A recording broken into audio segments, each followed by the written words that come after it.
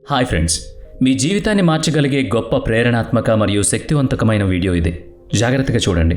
ఈ వీడియో ప్రపంచాన్ని చూసేటటువంటి మీ జీవిత దృక్పథాన్ని పూర్తిగా మారుస్తుంది. ఈ వీడియో తర్వాత మీరు మీ సమయాన్ని వృధా చేయలేరు, లక్ష్యం లేకుండా జీవించలేరు, కష్టపడి పని చేయకుండా ఉండలేరు. ఎందుకంటే ఈ వీడియోలోని విషయాలు అలా ఉంటాయి. నిజానికి ఒక వ్యక్తి దృష్టి ద్వారా గొప్పవాడవుతాడు. అతను పని ద్వారా గొప్పవాడు కాడు. మన శరీరంలో కన్నులాగే మెదడు కూడా అన్నిటినీ చూస్తుంది. కానీ రెండిటి దృష్టికోణం వేరు. ఒక చెట్టు నుంచి యాపిల్ పడిపోతుంది. ప్రపంచం మొత్తం వారి సాధారణ కళతో చూస్తోంది. అది దశాబ్దాలుగా జరుగుతూనే ఉంది. కానీ ఒక వ్యక్తి మాత్రమే మనస్సుతో చూశాడు. అతనే న్యూటన్. అదే గురుత్వాకర్షణ ఆవిష్కరణ. ఇది సాధారణ కన్ను ఏం చూస్తుంది, అలాగే మెదడు ఏం చూస్తుంది అనే దానికి ఒక గొప్ప ఉదాహరణ. బ్యాటరీ ఆవిష్కరణ 2000 సంవత్సరాలు ఆలస్యం అయింది. అందరి కళ్ళు చూస్తున్నాయి. ఒక వ్యక్తి మాత్రమే మనస్సుతో చూశాడు. 1000 సంవత్సరాల క్రితం ఆన్సిట్ గ్రీన్కు అంబర్ ఒక లోహం అని తెలుసు. ఇది స్థిర విద్యుత్ను మోసుకెళ్లగలదు. దానిలో విద్యుత్తు ప్రవహిస్తుంది. ఈ విషయం 2000 సంవత్సరాల క్రితం తెలిసింది. కానీ ఆ ఆలోచన తరువాత వచ్చింది. ఇది 2000 సంవత్సరాల పాటు అలాగే ఉండిపోయింది.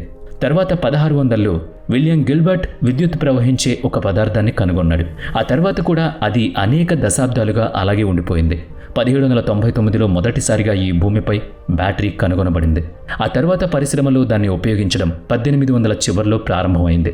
100 సంవత్సరాల తర్వాత అదే ఈ ఆలోచన పురాతన కాలం నుంచి పనిచేసి ఉంటే 2000 సంవత్సరాల క్రితమే బ్యాటరీ పుట్టేది. అది పూర్తిగా పరిశ్రమను మార్చుండేది. అలా జరిగుంటే నేడు మన ప్రపంచం వేరే లెవెల్లో ఉండేదేమో. అంతేకాకుండా మిగతా సంఘటనలు కూడా వినండి. అసలు కన్ను ఏం చూస్తుంది, మనస్సు ఏం చూస్తుంది? మీరు మీ మనస్సును తెలుసుకోవాలనుకుంటే ఈ వీడియోని కళ్ళతో కాదు, మనస్సుతో చూడండి. ఒక వ్యక్తి ఎలా గొప్పవాడవుతాడు? అది దృక్పథం నుంచి తయారవుతుంది, అంటే విజన్ నుంచి. మనిషి జీవితంలో అతి ముఖ్యమైనది ప్రతిభ తర్వాత వస్తుంది. అన్నిటికంటే ముందు దృక్పథం ఏర్పడుతుంది. ఎక్కడ కష్టపడి పనిచేయాలి, అదే మీరు మొదట తెలుసుకోవాలి. మనందరి సమస్య ఏంటంటే ఏడాది పొడవునా ఏ ఒక్క విషయంపై ఎలా గడపాలో మనకు తెలియదు. మనం ఒక దృక్పథాన్ని ఏర్పరచుకోలేకపోతున్నాం. మనం జీవితం అంతా దేనికి అంకితం చేయగలమో మనం కనుగొనలేకపోతున్నాం. అవకాశం వజ్రం లాంటిదే. దాన్ని గుర్తించడానికి మీరు ఆభరణాల వ్యాపారిగా మారాలి. ఒక అవకాశాన్ని గుర్తించడం ద్వారా ఒక వ్యక్తి లక్షాధికారి అవుతాడు, మల్టీ మిలియనీర్ అవుతాడు, అంతకంటే గొప్ప స్థాయికి ఎదుగుతాడు. మీరు ఎంత పని చేయగలరు? నువ్వు 8 గంటలు పని చేస్తావు, తర్వాత దాన్ని 10 గంటలు చేస్తావు, దాన్ని 12 గంటలు కూడా చేస్తావు. అప్పుడు గంటలను పెంచడమే ఏకైక పరిష్కారం కాదు. మనం ఇతిహాస కథల్లో గంటల గురించి చదువుంటే 12 గంటల వ్యక్తి, ఇది 18 గంటల వ్యక్తి, అతను 22 గంటల వ్యక్తి అని చదివే ఉండేవాళ్ళం. మరి మనం ఏం చదువుతున్నాం?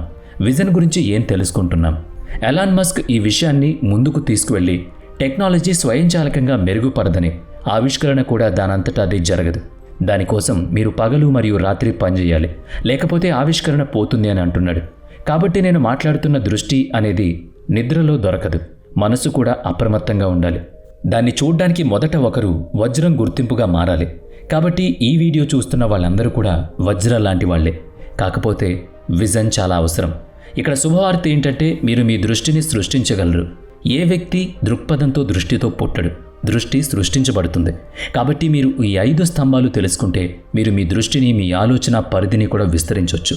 మీరు ఈ 5 పనులు చేస్తే మీరు ఏ పనిలోనైనా బంగారాన్ని చూడగలుగుతారు. ఇలాన్ ఆల్ట్మాన్ 10 సంవత్సరాల క్రితం ఏఐ భవిష్యత్తు అని చెప్పాడు. అతను చెప్పినట్టుగానే ఈ రోజు ప్రపంచం మొత్తం ఏఐ వెనకాల పరిగెడుతోంది. చెట్టు నుంచి యాపిల్ పడ్డం మీరు చూడొచ్చు, కానీ న్యూటన్కి వచ్చిన ఆలోచన మనకి వెంటనే రాదు. ఆ ఆలోచన కోసం ఏదో ఒకటి చేయాలి. దీన్ని గుర్తుంచుకోండి. కాబట్టి ప్రజలు తన విజన్పై ఎందుకు పనిచేయరు? ఎందుకంటే వాళ్ళు దాన్ని తేలిగ్గా తీసుకుంటారు. కాబట్టి మొదట ప్రతిదీ విజన్ ద్వారా జరుగుతుందని నమ్మండి, తరువాత దాన్ని ముందుకు తీసుకువెళ్ళండి. ఇప్పుడు ఈ దృష్టిని ఎలా సృష్టించాలో మాట్లాడుకుందాం. మీ దృష్టిని, మీ దృక్పథాన్ని, మీ ఆలోచన పరిధిని విస్తరించగల 5 స్తంభాల గురించి నేను మీకు చెప్తాను. మొదటిది ఆశావాదం, సానుకూలత. అది సాధ్యమే అన్నట్లుగా ఊహించుకోవడం, చూడడం. ఏదైనా ఆవిష్కరణ ఆశావాదంతో, ఆశతో ప్రారంభమవుతుంది. ప్రఖ్యాత తత్వవేత్త డేవిడ్ డ్యూచ్ తన పుస్తకం ది బిగినింగ్ ఆఫ్ ఇన్ఫినిటీలో బలమైన వాదన్నిస్తాడు. జ్ఞానం యొక్క పరిణామానికి కీలకం మరింతగా వ్యాపించే జ్ఞానం. దాని ఆధారం ఆశావాదం, అంటే ఆశ అని ఆయన చెప్పారు. మొదట మానవుడి నుంచి ఇప్పటి వరకు మానవులు ఏం చేసినా మరింతగా వ్యాపించే జ్ఞానం, దాని కారణంగా ఆశావాదం. దీనికి వ్యతిరేకం నిరాశావాదం. ఇది అడగకుండానే లభిస్తుంది. దానికోసం ఏం చేయాల్సిన అవసరం ఉండదు.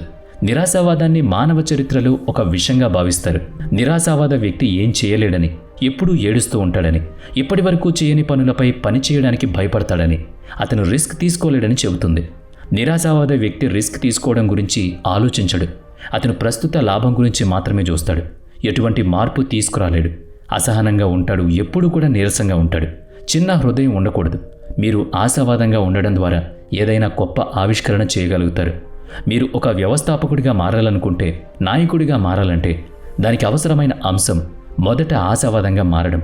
ప్రపంచం చూడని ఆ సమయాన్ని చూడండి. 1968 అనేది మహామాంద్యం. అమెరికా పెద్ద ఆర్థిక సంక్షోభాన్ని ఎదుర్కొంటున్న సంవత్సరం. హక్కులు లేవనెత్తబడుతున్నాయి, నిరసనలు జరుగుతున్నాయి.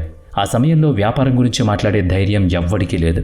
కానీ మార్టిన్ లూథర్ కింగ్ మరియు రాబర్ట్ కెన్నెడీ వీళ్ళిద్దరి హత్య కారణంగా మొత్తం అమెరికా కదిలింది. అందుకు మొదట శాంతి రావాలి అనుకున్నారు.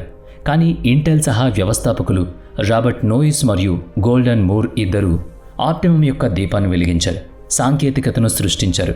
ఇది అమెరికా యొక్క దశ దిశ రెండింటినీ మార్చేసింది. అందరూ విజయం సాధించడానికి కష్టపడి పనిచేస్తారని షారుఖ్ ఖాన్ అంటూ ఉంటారు. కానీ విజయం సాధించిన తర్వాత నాలాగా ఎవరూ కష్టపడి పనిచేయరు అని కూడా అంటూ ఉంటారు. గత 300 సంవత్సరాల మానవ చరిత్రను పరిశీలిస్తే నాగరికత ఇంతకు ముందు ఎప్పుడు ఇంతగా అభివృద్ధి చెందలేదని మనకు తెలుస్తుంది. 1750కి ముందు ప్రపంచంలోని ఏ మూలనైనా మీరు చూస్తే పేదరికం తప్ప ఇంకేం లేదు. కానీ ఇప్పుడు అంతా మారిపోయింది. దీన్ని మనం దృక్పథం అంటాం. ఎందుకంటే మీరు మెరుగుపడాలనే మనస్తత్వాన్ని కోరుకుంటే దానికోసం మీరు 5 గంటలు ఇవ్వాలి. ఈ ఫోటో చూడండి. 2 వ్యక్తులు రాయిని రుద్దిన తర్వాత మోస్తున్నారు. ఒక వ్యక్తి దానిపై చక్రాలు పెట్టాడు. దీనికి కొంత సమయం పడుతుంది. కానీ మీ వాహనం సులభంగా వెళుతుంది అని అంటారు. కానీ లేదు. ఎందుకంటే ఏ పని మొదలు పెట్టడానికైనా సరే ముందుగా ఒక వ్యూహం అవసరం. దానికి విజన్ ఉపయోగపడుతుంది. వీటన్నిటినీ ముందుకు తీసుకువెళ్ళడానికి ఖచ్చితంగా ఆశావాదం అనేది 100కి 100% ఉపయోగపడుతుంది. మనకి ఏ ఆశావాదం లేనప్పుడు మనం చాలా రిలాక్స్డ్గా ఉంటాం. ఎందుకంటే మనం ఉన్న దాంట్లోనే తృప్తి పడినట్టు మనకు అనిపిస్తుంది. సో ఇలాంటివన్నీ పక్కన పెట్టి ఒక ఆశావాదంతో ముందుకు దూసుకు వెళ్తే మాత్రం రేపన్న రోజు ఖచ్చితంగా మీరు కోటీశ్వరులు అవ్వచ్చు, లేదంటే విజయం సాధించవచ్చు, లేదంటే అందరికంటే గొప్పగా మారిపోవచ్చు. ఆశావాదంతో బ్రతకండి. మరి ఈ వీడియో మీకు ఎలా అనిపించింది? వీడియో నచ్చితే లైక్ చేయండి, షేర్ చేయండి. ఇప్పటి వరకు మన ఛానల్ని సబ్స్క్రైబ్ చేసుకోకపోతే ఇప్పుడే సబ్స్క్రైబ్ చేసుకుని పక్కనే ఉన్న బెల్ ఐకాన్పై క్లిక్ చేయండి. నెక్స్ట్ వీడియోలో మళ్ళీ కలుద్దాం. Thanks for watching.